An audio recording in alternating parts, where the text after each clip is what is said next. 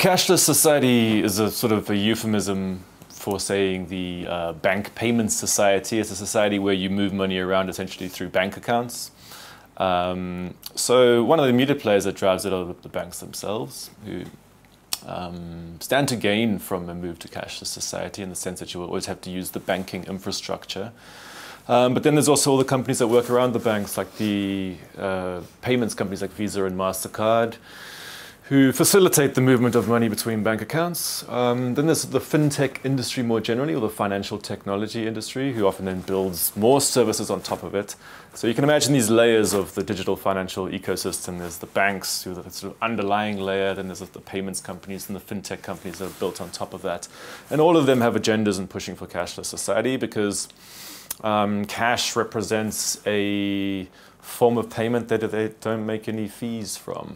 Then governments are also pushing for it because you can monitor what goes on between bank accounts a lot more easily than you can monitor cash transactions. So there's a bunch of government agendas around being able to essentially have greater levels of surveillance upon society, but also to, there's monetary policy agendas that the government has by being able to control the money supply more easily. Those are the main players pushing for it right now. What the technology industry often will do is to speak about a future that they would like to see and present it as being completely inevitable and obvious that it will happen. All right, so a lot of the sort of tech futurism is really the sort of desires of technology companies projected out as being obvious things that will supposedly will happen. So when people are saying, we're inevitably moving towards a cashless society, we're inevitably going to this, it's largely the marketing departments of the financial technology companies that are trying to create this sense that this was what you want, right? So, and this is why the companies like Visa, for example, will be running all their adverts all the time in London saying, cash-free and proud. They're trying to engineer this feeling that there's something wrong with cash. I mean, cash is a public utility, right? Anybody can use it. There's no requirement to be interacting with a private company in order to be using cash. Whereas private companies have to advertise and make themselves desirable, which is why they're on this kind of offensive against cash, on private payments companies.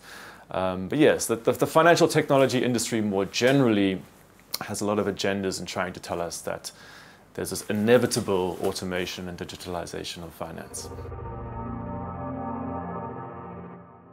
FinTech is a sector which stands for financial technology.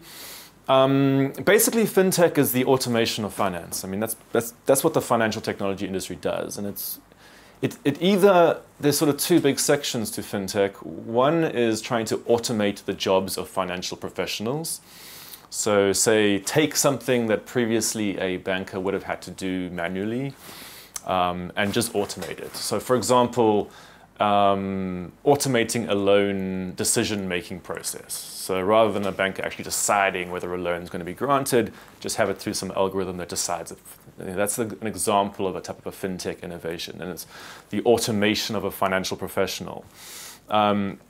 The other sort of section of that is the automation of the user experience layer of finance. So that's the kind of like front end, how the branches, the places where you go and interact with the financial sector.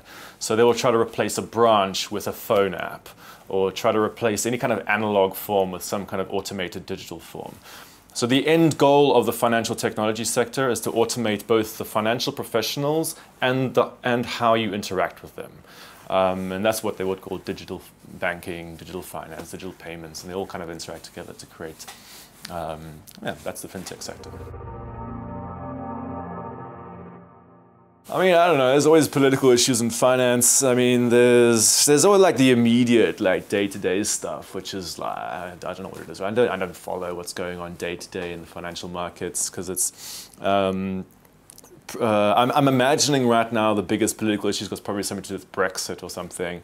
But like long term, the biggest political issues that will never be spoken about in political forums will be stuff like the ongoing kind of enclosure of our lives by the financial sector, and with that, the digital technology sector. So the big kind of scary stuff right now is the fact that most corporations, but financial corporations, are getting ever increasing amounts of data about people. And they're starting to be able to fine-tune profiles about people, and they're perfecting their methodologies for how you both understand people and then subsequently with that be able to manipulate them in various ways or present paths to them.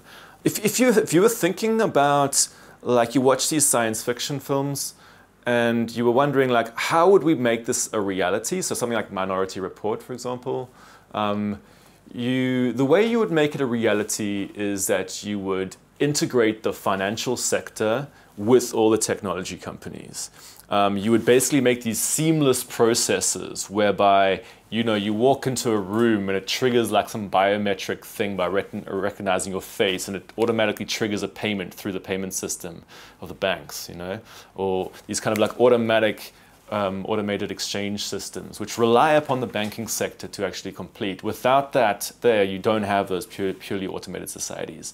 So that's like super long-term science fiction dystopia stuff, but that's actively what the financial sector is slowly working towards.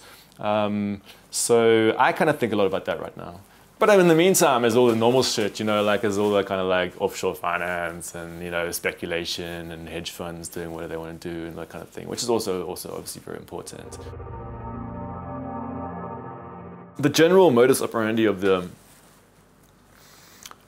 technology sector more generally, not only the financial technology sector, is that you fixate upon short-term problems, or you artificially create short-term problems, or else fixate upon kind of banal short-term problems, and you sell stuff like that to people. You say, I sell you a solution to your short-term problem. But what we'll never tell you about is the long-term consequences of all of you using our short-term solution.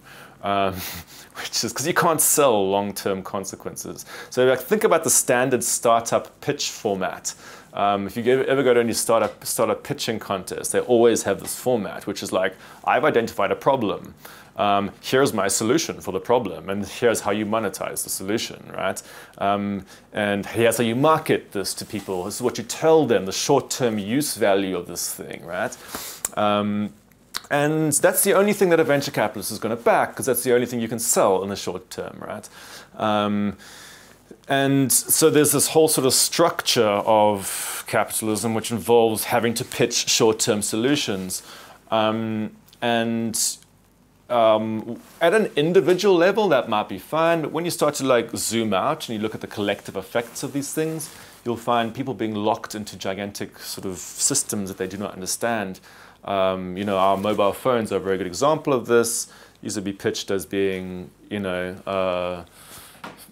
useful things, which they are, but it's like, oh, by the way, we also created like a huge surveillance system to track every moment of your life in the process of offering you these useful things. We didn't really mention that in any of the startups that created this type of technology. So that's the big problem that you'll find. And there's no economic incentives for people to ever tell you what the implications of the technology are. So there's a chronic sort of problem in technology ethics right now, where startup entrepreneurs are rewarded for their individual successes, but are never asked to take responsibility for the collective consequences of all of their technology put together. And that's been going on for a long time. So, and the problem is, if you're trying to market to people as well, it's very easy to market to someone who's like short-term convenience. It sort of plays into your people's kind of most petty sides. It's like, okay, you make something slightly easier.